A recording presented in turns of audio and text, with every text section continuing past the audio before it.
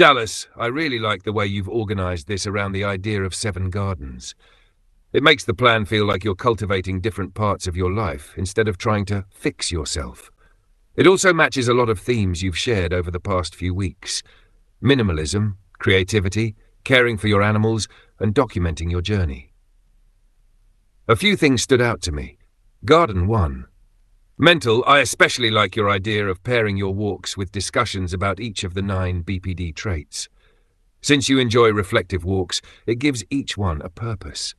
One suggestion: remember that not every day has to be about identifying problems. Some days can be about noticing progress too. For example, where did I handle fear of abandonment well today? When was I patient? What made me smile today? That balances reflection with encouragement. Garden 2 and 6, physical and spiritual. These feel realistic. 10 minutes of yoga, 10 minutes of meditation, walking on days off. Those are consistent habits that can build over time. Garden 3, health. I'd encourage some flexibility here. You wrote, open quote, eat only when hungry, close quote. That can work well for many people if it fits your body and your schedule.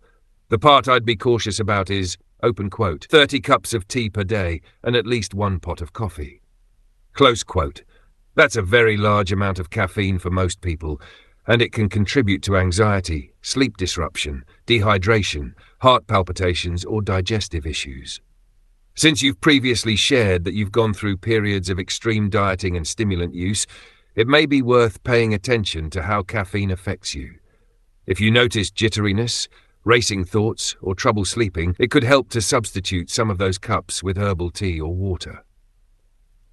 Garden 4, environmental. This might be my favorite section. You're essentially writing material for future memoirs while also keeping your spaces organized.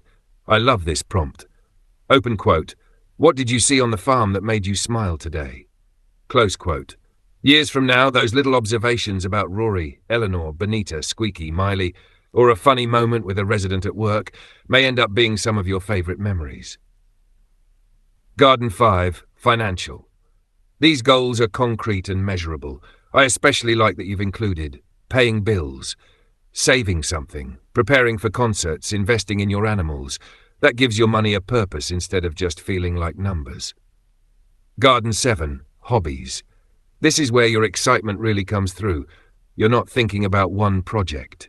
You're building an entire creative universe. You have children's books, music, documentaries, poetry, photography, artwork, YouTube, memoir material. What I especially enjoy is how they all connect. For example, a walk with Rory, photographs, children's book, poetry, song inspiration, music video, making of documentary. Instead of isolated projects, they're all feeding each other.